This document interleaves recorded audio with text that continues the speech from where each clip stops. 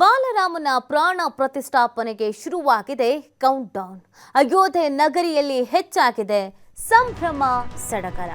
ಇದೊಂದು ಐತಿಹಾಸಿಕ ಕ್ಷಣಕ್ಕಾಗಿ ಶತಮಾನಗಳಿಂದಲೂ ಕೂಡ ಕೋಟ್ಯಾಂತರ ಹಿಂದೂಗಳು ಕಾತುರದಿಂದ ಕಾಯ್ತಾ ಇದ್ರು. ಆ ಕ್ಷಣ ಸನ್ನಿಹಿತವಾಗಿದೆ. ನಿನ್ನೆಗೆ ಮಂದಿರ ಸಂಕೀರ್ಣವನ್ನ ತಲುಪಿದೆ ರಾಮನ ಮೂರ್ತಿ ಕೆತ್ತಿದ ಅರುಣ್ ಯೋಗಿರಾಜ್ ಉಪಸ್ಥಿತಿ ಇದ್ರು.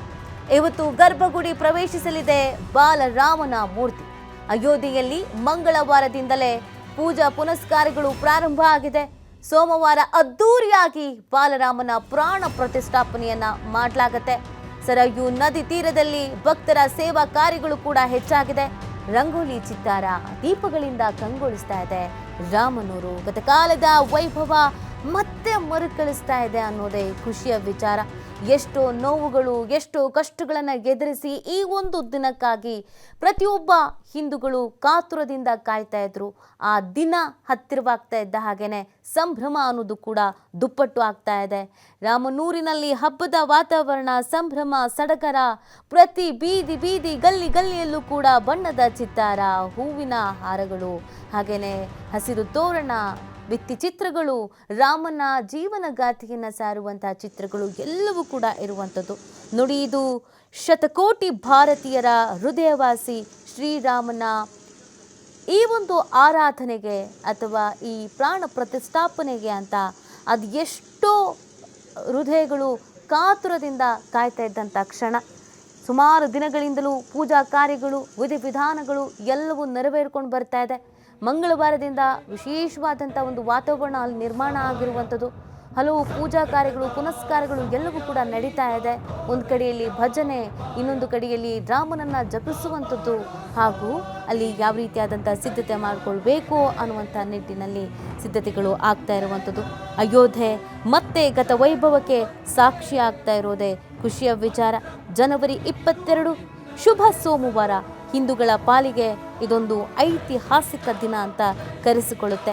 ಮರ್ಯಾದಾ ಪುರುಷೋತ್ತಮ ಶ್ರೀರಾಮ ಪ್ರಭು ಮಂದಿರ ನಿರ್ಮಾಣ ಲೋಕಾರ್ಪಣೆ ಆಗಲಿದೆ. ನಿನ್ನೆ ರಾಮ ಮಂದಿರಕ್ಕೆ ಪ್ರಭು ಶ್ರೀರಾಮಲಲ್ಲಾ ವಿಗ್ರಹ ಆಗಮಿಸಿದೆ. ಭಾರೀ ಬಂದೋಬಸ್ತ್ ಮಧ್ಯ ಬೃಹತ್ ಲಾರಿಯಲ್ಲಿ ಸುರಕ್ಷಿತವಾಗಿ ಮೂರ್ತಿಯನ್ನು ತರಲಾಗಿದೆ. ದಾರಿ ಉದ್ದಕ್ಕೂ ಜನರಿಂದ ಹರ್ಷೋದ್ಗಾರ ಮುಗಿಲು ಮುಟ್ಟಿತ್ತು.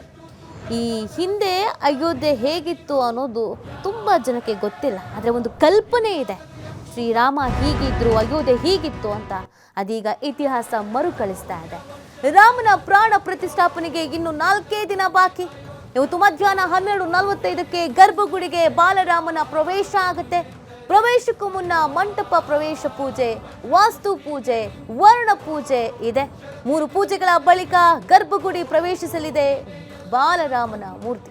ಅಯೋಧ್ಯೆಯಲ್ಲಿ 500 ವರ್ಷಗಳ ಬಳಿಕ ಮರುಕಳಿಸ್ತಾ ಇದೆ ಈ ಗತ ವೈಭವ. ಮಂಗಳವಾರದಿಂದ ಅಯೋಧ್ಯೆಯಲ್ಲಿ ಶುರುವಾಗಿದೆ ನಿರಂತರ ಪೂಜೆ. ದೇಶದ ನಾನಾ ಭಾಗಗಳಿಂದ ಭಕ್ತರು ಕಾಲ್ನಡಿಗೆಯಲ್ಲಿ ಹೋಗ್ತಾ ಇದ್ದಾರೆ.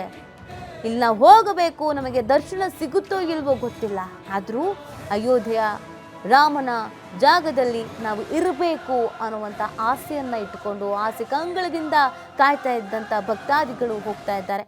ಹಲವು ಪೂಜೆಗಳು, ಒಬ್ಬೊಬ್ಬರು ಒಂದೊಂದು ಸಂಪ್ರದಾಯವನ್ನು ಫಾಲೋ ಮಾಡ್ತಾರೆ. ಅದೇ ರೀತಿಯಾಗಿ ರಾಜ್ಯದ ಬೇರೆ ಬೇರೆ ಭಾಗಗಳಿಂದ ಬಂದಂಥ ಭಕ್ತಾದಿಗಳು ಅವರದ್ದೇ ರೀತಿಯಲ್ಲಿ ಇದನ್ನು ಸಂಭ್ರಮಿಸ್ತಾ ಇದ್ದಾರೆ, ಆರಾಧಿಸ್ತಾ ಇದ್ದಾರೆ.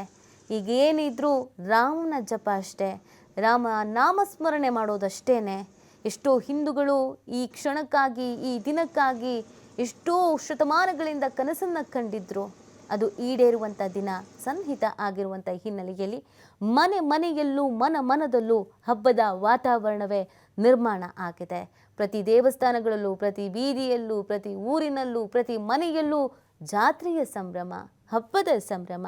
ಹಾಗೆಯೇ ಅಯೋಧ್ಯೆಯಲ್ಲಿನ ದೃಶ್ಯಗಳನ್ನು ನೀವು ಗಮನಿಸ್ತಾ ಇದ್ದೀರಾ.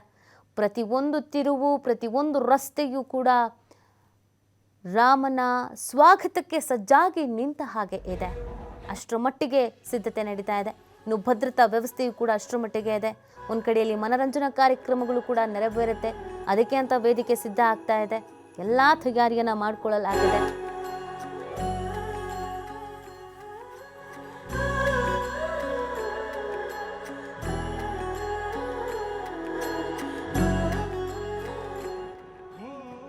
ಜನುಮ ಜನುಮದ